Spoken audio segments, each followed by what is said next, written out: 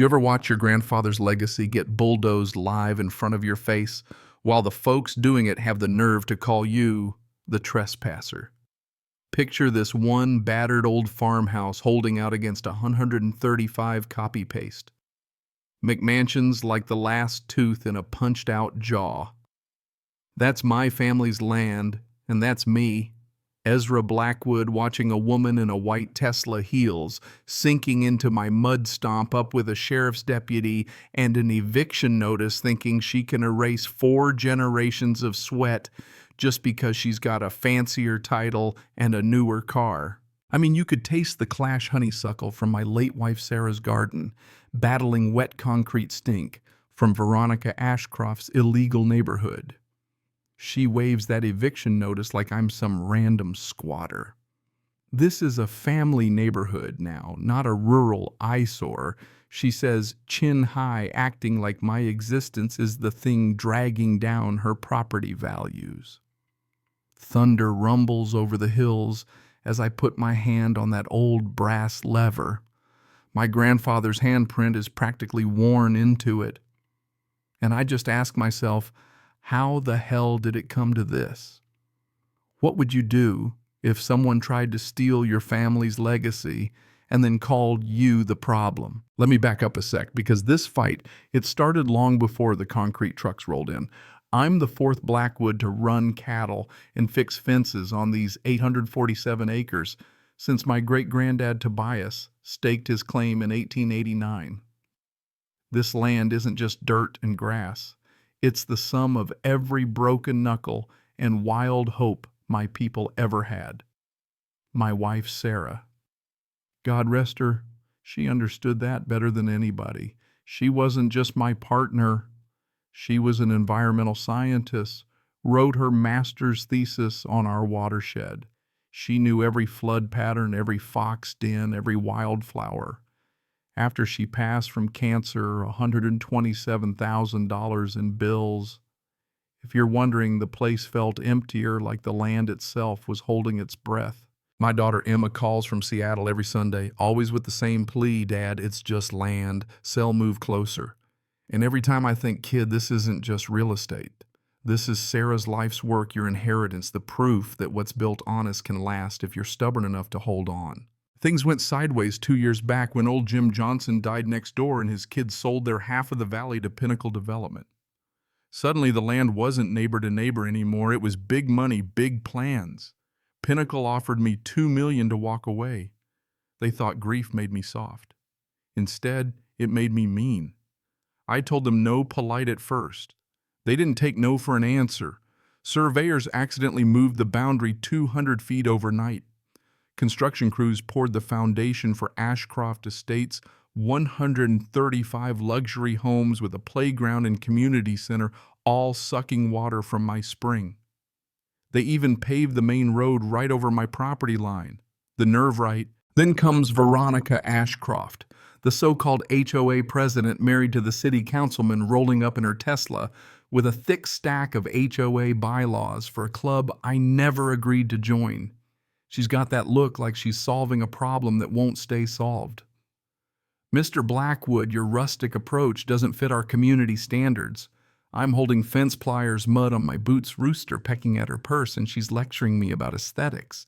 Ma'am, I say, fighting not to laugh. My family's been the standard here since before your developer was out of diapers.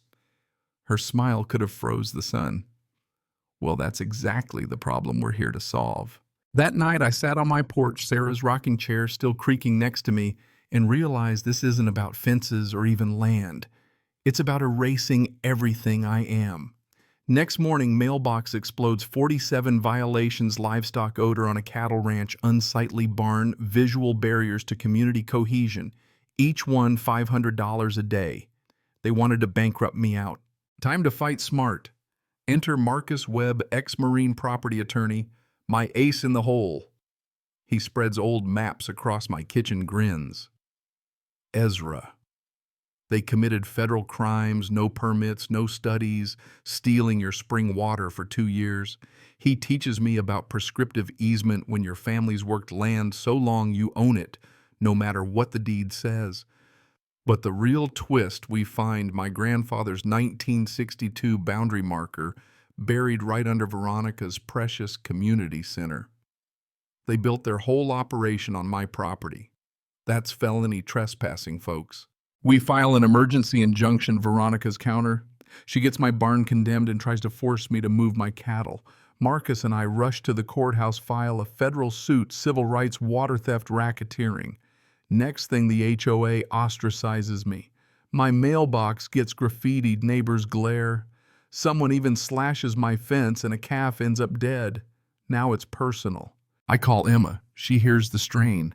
Dad, cut your losses. But I tell her it's not just about us. I'm proving regular people can still win. Then win, but don't fight alone, she says. Right then I know this is bigger than one man's property. Veronica launches a community safety meeting in my stolen clubhouse, accusing me of threatening kids, costing $72,000 per house in lost equity. She waves a petition to have the city rezone me out and take my land by eminent domain. Marcus and I crash the meeting. I bring Sarah's research. Marcus lays out federal grant fraud. Pinnacle took $3.2 million in conservation money, then destroyed protected wetlands and lied about it. The room turns ice cold. Suddenly, neighbors aren't so sure they're on the right side.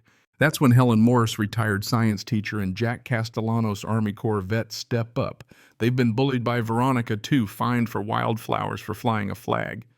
Amy Chin, civil engineer, starts pulling up flood maps. Turns out all these homes are built smack in a federally protected floodplain hidden by developers. If my dam fails, they're all sunk. Veronica's next move hit my wallet. She digs up Sarah's medical debt and slaps a mechanic's lien on me for $89,000, claiming their drainage improved my land. Marcus just laughs as it's extortion in a business suit. Then Veronica gets environmental officials, CPS, and the county tax office to come after me. But Marcus files for HOA financial discovery. Turns out Veronica's been paying herself $400,000 in landscaping fees. Her husband owns a chunk of Pinnacle development. Corruption so sloppy even the city council can't ignore it. The stress nearly kills me, literal chest pain. My daughter flying in to yell at me in person. She says it's just land. I say it's more than that. It's proof good people can win. That night, sorting Sarah's old research, I find her thesis, the whole valley floods every 15 to 20 years. Her calculations are terrifyingly precise. My dam's been saving these houses for decades. And under riparian law, I have total control over the water. I call Marcus. His excitement is contagious. We gather our new team, Helen, Jack, Amy, Marcus. We plan, we document. We let neighbors in, show them the history, the science, the truth. When the next big storm is forecast, we're ready. Veronica tries to get me declared insane, even calls a welfare check. The psychiatrist and sheriff leave saying I'm fine, but maybe she needs help. Desperate, she files to have my land seized as Blighted spreads wild rumors online, weaponizes every trick in the book. We just keep documenting. When the rain starts, real biblical floodplain stuff, the clubhouse fills up for another HOA meeting. Marcus and I walk in, muddy boots and all, and I say, "You're all meeting on my property. Maybe you ought to hear the truth." We lay out the evidence, Sarah's maps, Amy's live flood models, Marcus's paperwork. You bought homes in a flood zone. The developer hid it. If my dam fails, your house is drowned. The storm hits. Water seeps into the clubhouse. Federal marshals show up, arrests for fraud, racketeering, environmental crimes.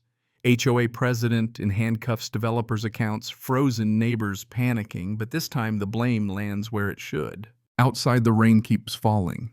I stand at my dam, open the brass valve just as Jack taught me, slow, steady, controlled. Water rises, but it's not a disaster. It's nature retaking what was always hers. News crews film as luxury homes stand in 3 feet of water, farmhouse dry on high ground, flag flying. The sheriff just shrugs. He's operating legal infrastructure on his own land. By dawn, the valley's changed. The HOA's dissolved neighbors form a conservation district. Insurance companies pay out. Some folks move on, some stay, and learn to live with the land, not fight it. Emma moves home, helps me start a wetlands education center in Sarah's name. Helen and I end up together. She gets the science and she gets me. Even Edgar the rooster becomes a local celebrity. The punchline, Veronica's Tesla is now an environmental outreach van. Her attempt to kill my land sparked the biggest restoration project the county's ever seen. Kids splash in streams that were concrete 6 months ago. Birds and frogs come back. Sarah's research funds scholarships. The law now protects farms like mine in 12 states. The scandal rewrote the book on land rights. I sit on my porch, Sarah's photo by my side, sunrise painting gold across the water. And I remember sometimes the best way to win isn't to fight harder, but to get out of nature's way and let the truth speak for itself. So tell me, if this were your family, your land, would you have held on or walked away? Drop your HOA horror stories in the comments. Let's see what real justice looks like. And hey, hit subscribe if you want to see what happens when ordinary folks stand their ground and nature gets the last word.